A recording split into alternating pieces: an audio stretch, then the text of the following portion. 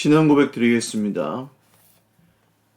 전능하사 천지를 만드신 하나님 아버지를 내가 믿사오며 그 외아들 우리 주 예수 그리스도를 믿사오니 이는 성령으로 잉태하사 동정녀 마리아에게 나시고 본디오 빌라도에게 고난을 받으사 십자가에 못 박혀 죽으시고 장사한 지 사흘 만에 죽은 자 가운데서 다시 살아나시며 하늘에 오르사 전능하신 하나님 우편에 앉아 계시다가 저리로서 산자와 죽은 자를 심판하러 오시리라.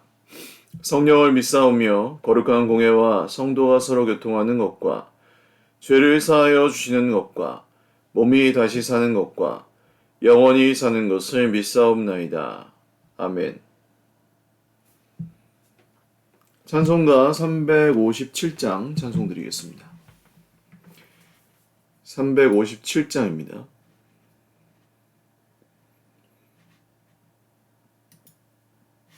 찬송가 357장입니다.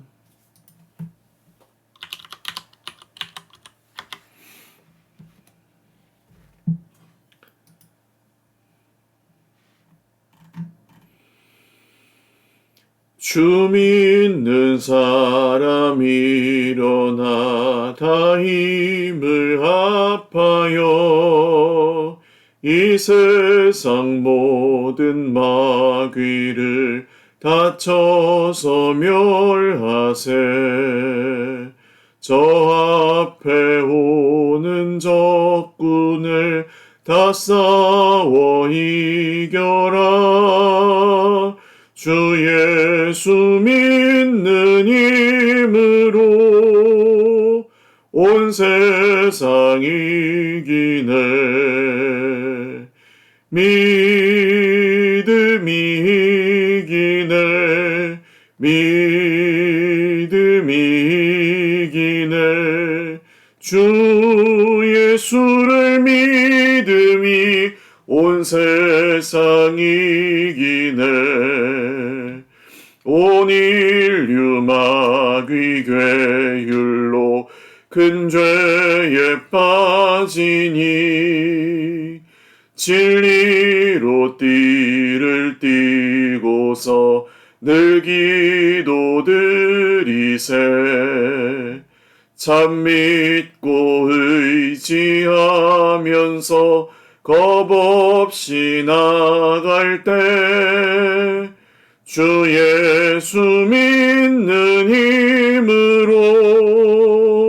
온 세상 이기네. 믿음이 이기네. 믿음이 이기네. 주 예수를 믿음이 온 세상 이기네. 끝까지 이긴 자에게 흰 옷을 입히고 또 영생 복을 주시니 참 기쁜 일일세. 이 어두운 세상 지나서 저 천성 가도록 주 예수 믿는 힘으로 온 세상 이기네. 믿음이 이기네. 믿음이 이기네. 주 예수를 믿음이 온 세상 이기네. 아멘. 하나님 말씀 사도행전 13장 13절에서 31절 말씀입니다. 사도행전 13장입니다. 13장 13절에서 31절 말씀입니다.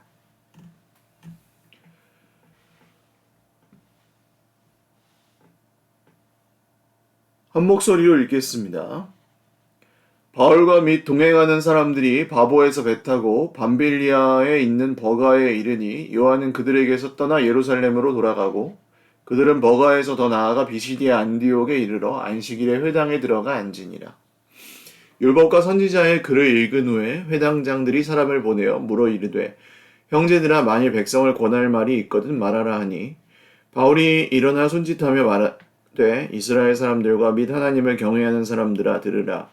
이 이스라엘 백성이 하나님이 우리 조상들을 택하시고 애굽 땅에서 나그네 된 그 백성을 높여 큰 권능으로 인도하여 내사 광야에서 약 40년간 그들의 소행을 참으시고 가나안 땅 7족속을 멸하사 그 땅을 기업으로 주시기까지 약 450년간이라. 그 후에 선지자 사무엘 때까지 사사를 주셨더니 그 후에 그들이 왕을 구하거늘 하나님이 베냐민 지파 사람 기스의 아들 사울을 40년간 주셨다가 패하시고 다윗을 왕으로 세우시고 증언하여 이르시되 내가 이새의 아들 다윗을 만나니 내 마음에 맞는 사람이라 내 뜻을 다 이루리라 하시더니 하나님이 약속하신 대로 이 사람의 후손에서 이스라엘을 위하여 구주를 세우셨으니 곧 예수라. 그가 오시기에 앞서 요한이 먼저 회개의 세례를 이스라엘 모든 백성에게 전파하니라. 요한이 그 달려갈 길을 마칠 때에 말하되 너희가 나를 누구로 생각하느냐?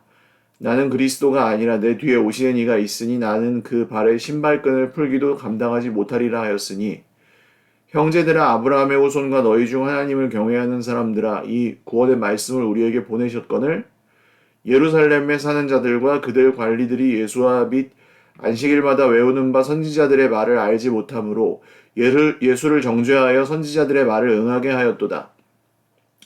죽일 죄를 하나도 찾지 못하였으나 빌라도에게 죽여달라 하였으니 성경에 그를 가리켜 기록한 말씀을 다 응하게 한 것이라. 후에 나무에서 내려다가 무덤에 두었으나 하나님이 죽은 자 가운데서 그를 살리신지라.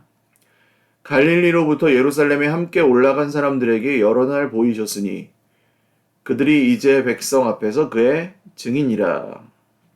아멘. 기도드리겠습니다. 살아계신 하나님 아버지 감사합니다. 오늘도 우리가 주님 앞에 있습니다. 말씀 앞에 서 있습니다.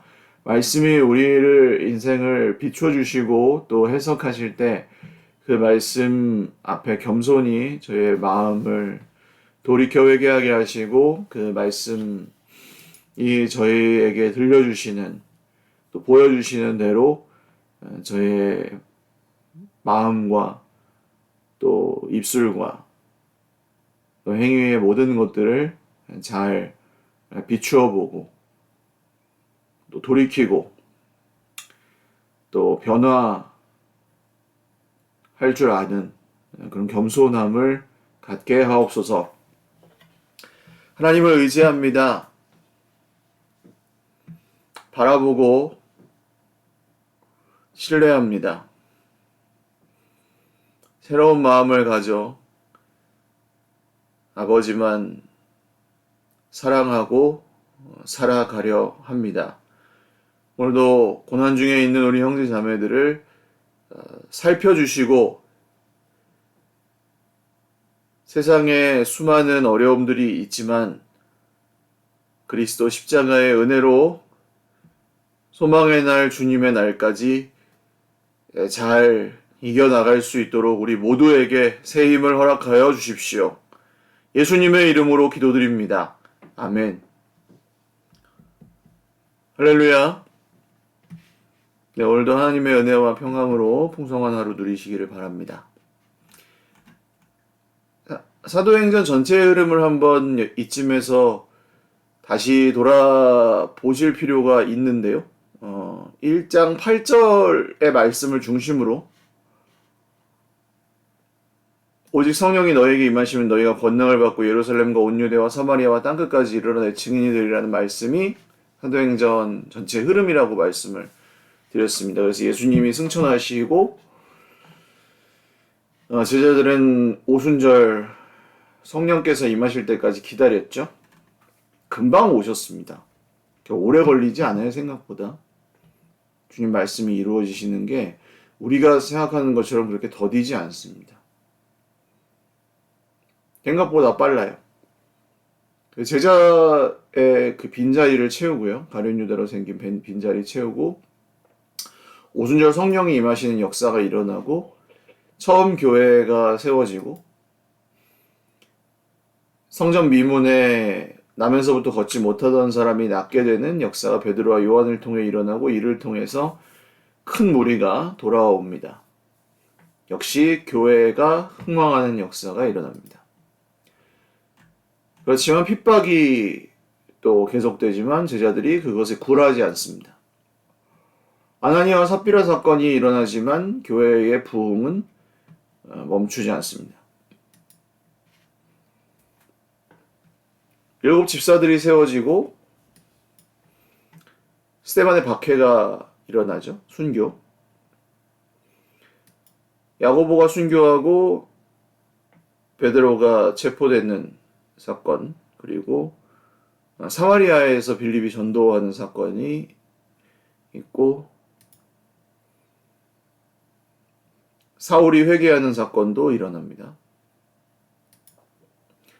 그 다음 고넬료 집에서 성령이 임하셔서 이방인을 향해 복음의 문이 열리는, 사마리아와 온 유대와 예루살렘과 온 유대와 사마리아와 땅끝까지. 그 다음 베드로가 이제 고넬료 집에 가서 복음을 전하고, 그것이 이제 시초가 되어서 안디옥 교회가 세워지고 바울과 바나바를 파송하여서 이제 이방 선교의 선교 여행이 시작되는 이런 일이 이제 완전히 본격적으로 이제 시작된 게 선교 여행 1차 선교 여행 13장에서 선교 여행 1차를 우리가 지금 보고 있는 거죠. 그래서 1차 선교 여행은 지금 배를 타고 시작이 돼가지고 비시디아 안디옥으로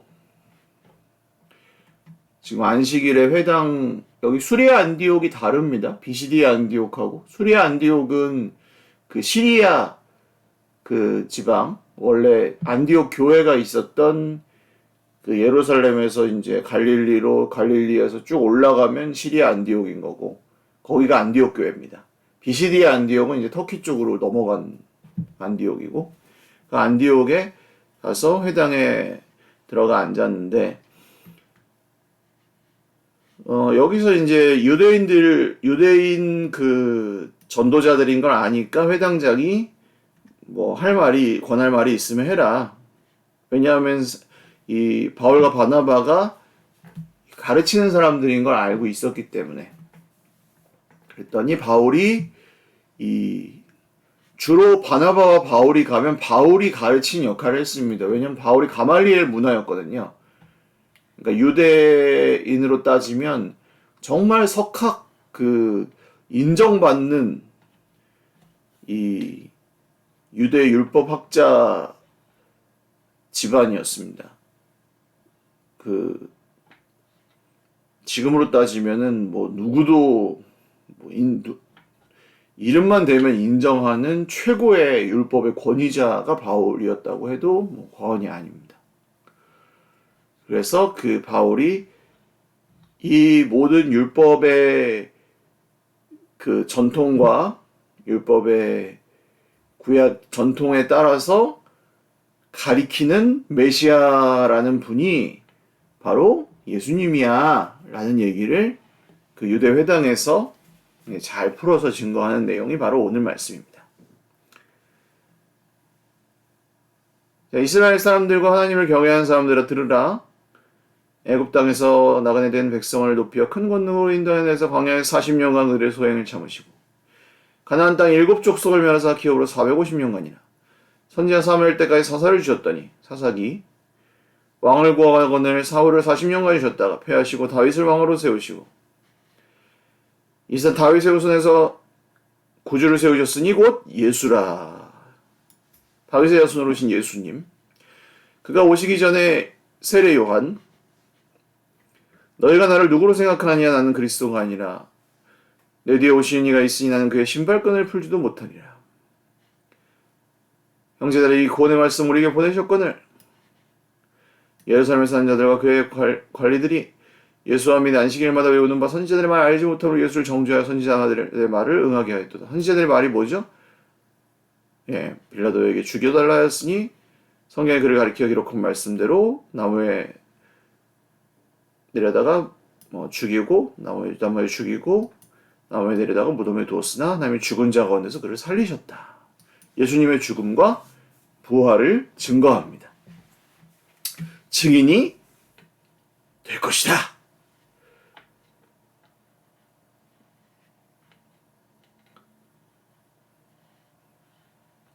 그래서 예수님이 죽으시고 부활하신 것을 많은 사람들이 보았고 그들이 증인이다. 이런 말씀을 바울이 사람들 앞에서 증거합니다. 이 말씀을 증거하자 이 안디옥에 있던 수많은 유대인들과 거기에 있던 그 이방인 중에 유대인으로 개종한 사람들이겠죠. 회당이니까. 그 사람들이 이 말씀을 듣고 또 그 말씀을 받아들이는 사람도 있고 그렇지 않은 사람들도 있었던 거예요. 항상 그래요. 이 말씀을 믿는 사람들도 있고 믿지 않는 사람들도 있습니다. 근데 믿는 사람들과 믿지 않는 사람들이 그냥 믿는 사람들이 믿고 믿지 않는 사람들이 그래 그냥 너네 잘 믿으세요 그러고 그냥 가만히 있는 게 아니고 극렬하게 저항하고 여기서부터 극렬하게 저항하는 사람들은 계속해서 저항하고 전하지 못하게 하기를 이 1차 전도 여행이 끝날 때까지 거의 따라다니면서 방해합니다. 유대인들이. 폭도가 되어서 예수님을 괴롭힙니다. 바울은 돌에 맞기까지 하죠. 이건 왜 그랬을까요? 이것이 그만큼 하나님의 나라가 선포되는 일이 그만큼 사탄에게 위협적인 일이고 하나님의 나라가 세상 나라 가운데로 침노해 들어가는 이 일이 그만큼 저항이 극심한 일이라는 사실을 우리에게 보여줍니다. 견고해요. 이미 세상 나라의 삶의 방식이나 돈을 중심으로 살아가든 권력을 중심으로 살아가든 자기 자신을 숭배하고 사탄을 숭배하고 내가 사탄을 숭배하며 살아간다 이런 사람은 없지만 자기도 모르게 그렇게 살고 있는 거죠. 자기 자신을 숭배하고 살아가고 이미 내 삶의 그 모든 그 흐름이 그거를 중심으로 이제 짜여져 있기 때문에 그걸 포기하려면 그걸 이제 풀고 예수님 중심으로 돌아오는 게 너무 어려운 거예요. 그래서 그쪽으로 다시 돌아오는 게 정말 어렵고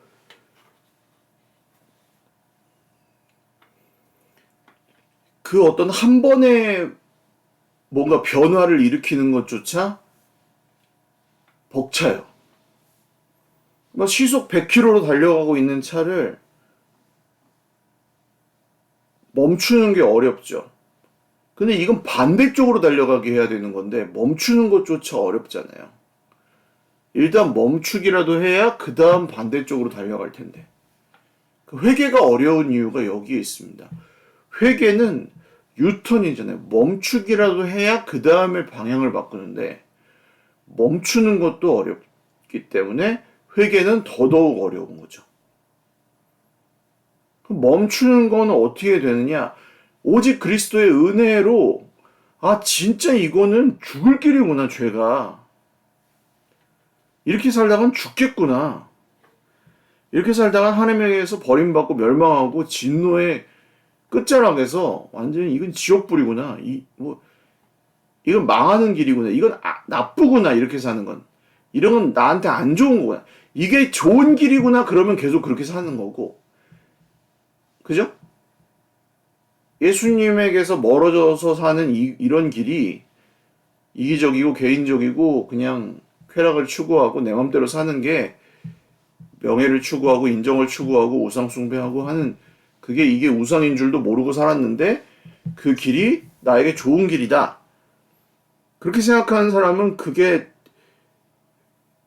계속 글로 가는 거고 일단 멈추려면 그게 안 좋다는 생각을 해야 되는데 그게 깨달아지는 게 말씀이 브레이크를 거시는 거죠. 언젠가 어느 순간에 그때까지는 모르는 거예요. 콱 걸릴 때까지. 그 전까지 들리지도 않아요. 들리지도.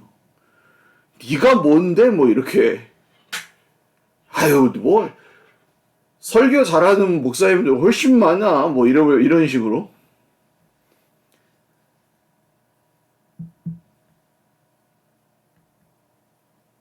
에이 뭐 그런 거 다 알아 이런 식으로 내가 그거 몰라가지고 지금까지 이렇게 산 줄 알아? 나 모태신앙이야 이렇게 유대인들이 그렇잖아요. 내가 그런 율법 몰라가지고 뭐 그 메시아? 아유 그 뭐 예수 비슷한 말 하는 사람 뭐 숱하게 봤어. 메시아 어쩌고 하다가 죽은 인간들 내가 숱하게 봤어. 이런 식인 거죠. 인정을 안 해요. 전부 남 탓만 하고 뭐 환경 탓만 하고 다 너 때문이고 자기 행동은 다 이유가 있고 자기가 잘못한 건 다 이유가 있고 남이 잘못한 건 뭐 이해할 생각을 안 하죠. 하나님께도 원망밖에 없어요. 은근한. 물론 겉으로 표현하냐 안 하냐 뭐 그 차이 조금 있지만. 그러니까 회개가 안 되는 겁니다. 돌이키는 건 관두고 멈추지도 않으니까 자기가 가고 있는 그 방향에서. 이거 몰라요. 그리고 누가 말을 해줘도 모르니까 인정도 안 되니까. 이것은 우리 마음속에서 일어나고 있는 일이기 때문에 누가 대신 해줄 수가 없습니다.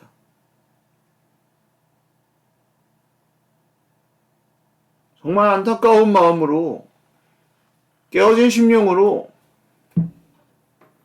우리를 대신해서 죽으신 예수님이 진짜 이것 때문에 죽으셨다는 것을 어느 날 깨닫는 그 순간 지옥불을 향해 100km로 달려가던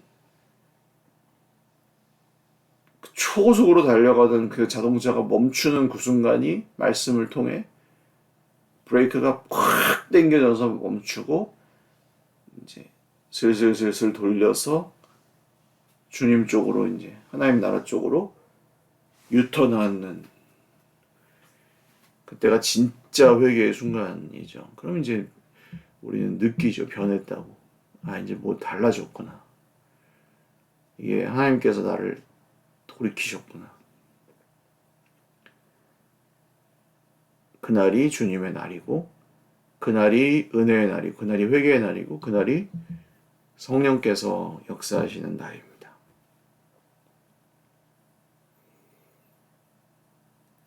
그런 날이 우리 모두에게 자주 있으시기를 늘 있으시기를 말로 표현할 수 없는 그런 감격스러운 날이 전 자주 있을수록 좋은 것 같아요. 아, 내가 이런 것도 돌이켜야 되고 저런 것도 돌이켜야 되고 내가 참 그래서 변했다는 말을 참 많이 들으면 좋은 것 같아요. 많이 달라지셨네요. 많이 편해지셨네요. 많이 예수님 믿는 사람 같네요. 뭐 이런 얘기를 들으면 좋은 거죠.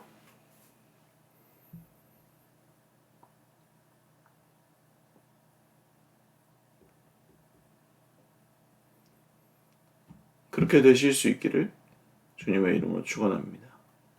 초롱꽃 마을 교회는 다시 말씀드리지만 기도 모임을 시작한 거고 초롱꽃 마을 교회에 일요일에 드리는 예배가 교회인 건 아닙니다, 여러분. 서일교회는 뭐 지금 우리 공동체가 뭐 워낙에 어떤 모습이든 계속해서 30년 이상 이어져 온 게 있으니까 우리 서일교회가 그런 모습으로 지금 주일에 예배를 드리는 공동체로서 존재하는 게 서일교회의 모습이지만 초롱꽃마을은 실체가 없어요, 아직. 초롱꽃마을의 사람들의 공동체가 아직 세워지지 않았으니까 그냥 서일교회 사람들이 가서 예배를 드리는 게 주된 모습일 뿐이죠. 사역자들 몇 명이 가서 활동을 하고 있고. 그래서 거기에 누군가가 전도해서 회심을 하고, 예를 들면 루디아 같은 사람들이죠. 빌립보에서 복음을 전해받고 회심한 루디아 같은 사람이 생겨야 그게 초롱꽃 마을 교회 공동체가 생긴 거예요. 그때부터. 그런 사람 나오기 전까지는 초롱꽃 마을 교회 없는 겁니다.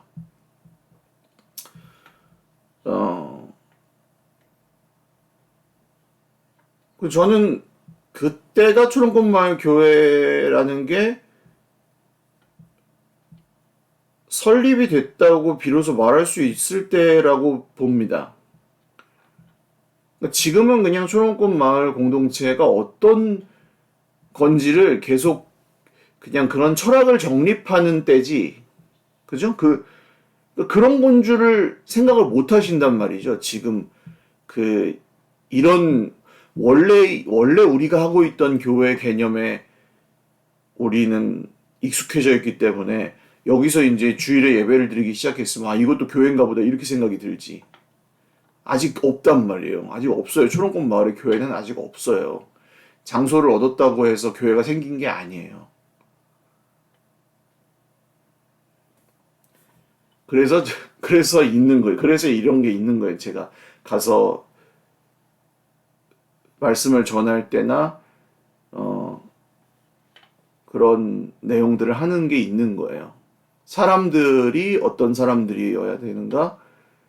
그리고 그렇게 해서 회심하고 양육 받고 하시는 분들이 늘어나면은 그 다음에는 이제 거기서 그 중심으로 맹경민 목사님이나 여기에서 사역하시는 분들, 선교 활동하시는 분들을 중심으로 해서 그 공동체가 자연스럽게 세워질 겁니다. 그러면 이제 그때는 제가 굳이 와서 활동할 필요가 없게 되죠. 공동체가 세워진 다음에는 설교를 통해서 뭐 이런 거죠. 설교를 잘하는다고 해서 공동체가 세워지는, 설교는 굉장히 중요한 요소인데, 그러니까 뭐, 밥이 맛있다고, 저 집 밥이 맛있다고 해서 우리 엄마가 아닌 건 아니잖아요. 저 엄마가 밥 맛있게 한다고, 저 엄마가 우리 엄마 할래? 그러진 않잖아요. 엄마는 우리 엄마인 거지. 공동체가 꾸려지고 나면, 그냥 우리 집인 거지. 우리 가족은 우리 가족인 거지. 저쪽 집에 가서 자지 않아요. 이 공동체 개념을 가지고 계신 분들은 이 말을 이해를 하실 거예요. 교회, 우리가 생각하는, 많은 사람들이 생각하는, 흔히 생각하는 교회랑 성경에 말하는 공동체는 달라요, 정말. 현대의 흔히 생각하는 교회라는 개념과 성경이 말하는 공동체, 우리가 세우려고 하는 공동체의 개념이 다르다고요. 설교 잘하는 사람 찾아다니는 그런 교회를 하려고 하는 게 아니에요. 초롱꽃 마을에서는. 불안하지 않아요. 초롱꽃 마을에서 사람을 전도해서 회심하고 이렇게 세워놓으면, 뭐 예를 들면 저는 작년에 제가 복음을 전하고 이렇게 우리 교회에 현재 출석하고 있는 공한빈 형제가 설교 잘하는 어떤 목사님의 다른 교회를 갈 거라고 생각하질 않아요. 왜냐면 공한빈 형제는 저의 브라더거든요. 영적 가족이고 자녀예요. 한빈 형제는. 제가 영으로 나왔어요. 계속 기도하고 있고 계속 그의 영혼을 살피고 있거든요. 그러니까 우리 교회 성도들은 저의 영적인 가족이고 제가 그렇게 목양을 하고 있는 상태인 거죠. 그래서 이제 영적인 가족인 거예요. 그게 공동체인 거예요.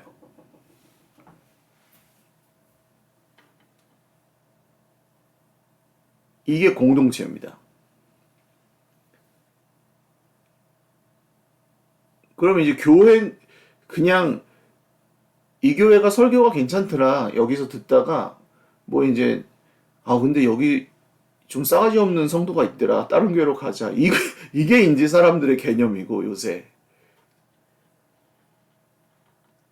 그러니까 이런 걸 하고 싶은 건 아니에요. 그런 수많은 어, 교회들 중에 하나를 하고 싶은 건 절대 아니고 그런 걸 하면은 모든 또 사람들이 또 상처받고 또 여기저기 철새처럼 옮겨다니는 그런 걸 해야 되니까 그렇지 않고 공동체를 세울 겁니다.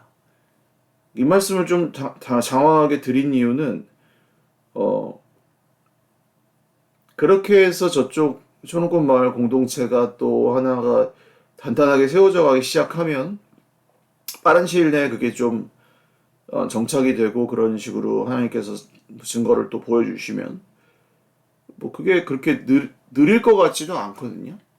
1, 2년 사이에 그렇게 세워진다고 하면 세워지기 시작한다고 하면 소수라도 뭐 그런다면 저는 또 우리 서일교회 공동체의 성숙도 그 같이 꾀할 수 있을 거라고 봅니다. 그래서 우리 서일교회 공동체도 올해 안에 좀 주의를 중심으로 한 더 공동체적 성숙의 방향을 좀 깊이 있게 이번 전가족 수련회도 어떤 그런 공동체성의 어떻게 보면 한번 시도였어요. 우리가 더 어떻게 보면 더 어떻게 공동체적이 될 수 있을까? 공동체가 될 수 있을까 하는 그런 시도였어요.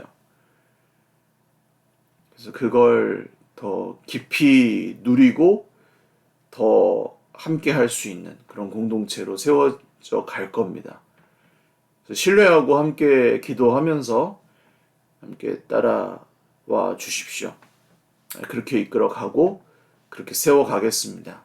조금 뭐 어려운 면도 있고 또 힘든 상황도 뭐 지나가겠지만 함께 계속해서 신뢰해 주시고 또 따라와 주셔서 감사드리고 뭐 이제 여름의 초입입니다. 건강 조심하시고 또 함께 기도하시면서 잘 따라와 주십시오. 기도하겠습니다. 살아계신 하나님 감사합니다. 이 1차 선교 여행에 이 비시디아 안디옥에서 복음을 전하는 바울과 바나바의 모습을 보며 어떤 사람은 그 복음을 통해 기쁨을 얻지만 어떤 사람은 극렬하게 저항하는 모습도 봅니다. 회개하는 게 그렇게 어렵습니다, 주님. 전속력으로 지옥을 향해 달려가던 발걸음을 멈추는 것도 어려운데 돌이키기까지 해야 되니 얼마나 더 어려운지 모릅니다. 우리가 그런 복음을 믿게 하신 것도 감사하고 회개하게 하신 것은 더 감사하고 또 누군가에게 그것을 전할 수 있다는 것은 엄청난 특권입니다. 하나님의 나라가 임하였으니 그 나라 완성되기까지 우리가 그 복음을 전하고 그 복음을 누리고 소망의 날이 이르기까지 포기하지 않고 눈물을 흘리며 씨를 뿌리고 거두게 하여 주옵소서. 감사하옵고 예수님의 이름으로 기도드립니다. 아멘. 네, 감사합니다. 오늘도 주님 안에서 복된 하루 누리시기를 바랍니다. 사랑하고 축복합니다.